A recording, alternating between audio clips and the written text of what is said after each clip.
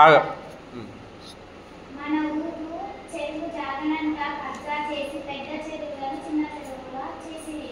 అందుకే మనకి గతి పట్టింది. చెరువులంటే జీవులను మర్చిపోయిన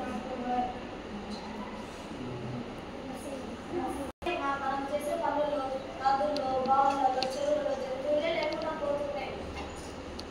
ఒక చేపలే కదా.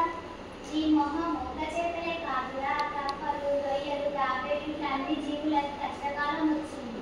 నదిలో స్వచ్ఛమైన వాటరు కదా, మరి మొదలకు నష్టం చేయాలని అంటారు.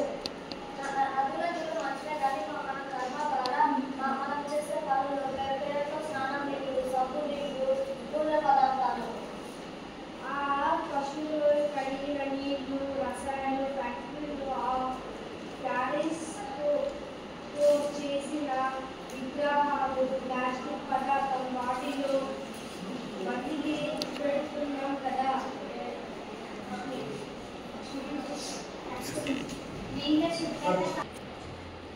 అందుకే నీళ్ళ శుభ్రత కాయే మనకి రోగాలు రాబట్టే.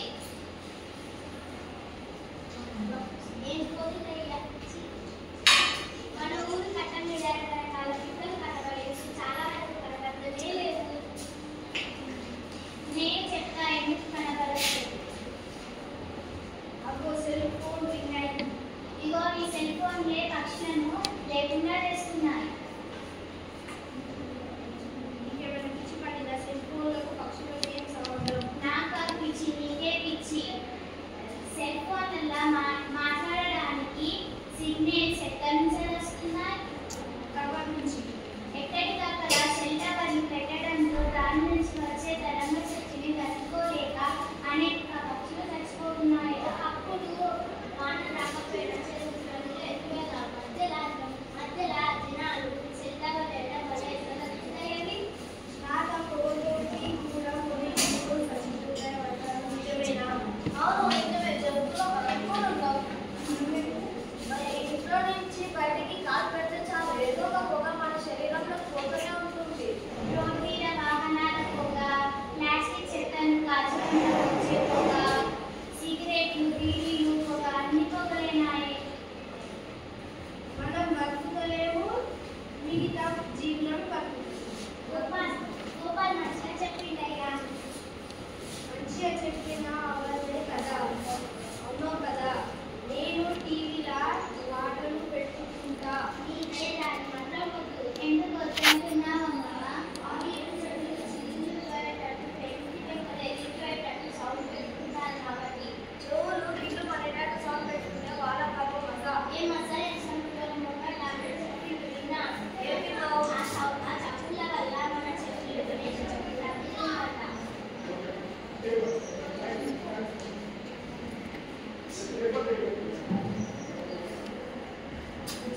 నిజమే నిజమే. రోడ్డు మీద వాహనాల పొగ, పెద్ద పెద్ద కట్టడాల చప్పులు, గోర్లు వేసేటప్పుడు వచ్చే చప్పులు. ఇంకే సౌండ్స్ కూడా ఏదో పెద్ద దరిద్రం. నిద్రపోలేవు, అన్నం తినలేవు, మనుషులుగా ఉండలేవు. సమయం అంతా వృధా చేస్తాయి. డీజే అంటే ఏంటయ్యా? గదే మొన్న రంగయ్య కొడుకులు అన్నప్పుడు పెద్ద సౌండ్ పెట్టుకొని ఎగరలేరా గదే. దానివల్లనే కదా నా చెల్లి పాడేట చెప్పిండు. ఈ కూరగాయలకు చెప్తే తిన్నదా? మరి ఏం చేస్తారు?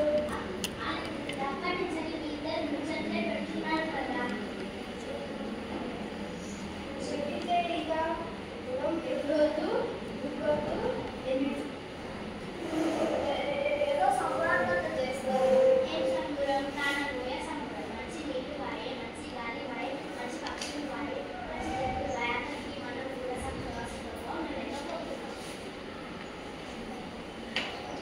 కొత్త కోపం ఎందుకు? అమ్మమ్మ చెప్పింది నిజమే. ఎక్కడ చూసినా స్వచ్ఛత లేదు. ఇల్లు కాలుష్యమే, ఊళ్ళు కాలుష్యమే, బళ్ళు ఊళ్ళ పూలు, పట్టణాలు అంతా కాలుష్యమే. మన వస్తువులతోనే పన్నులతోనే అంటారు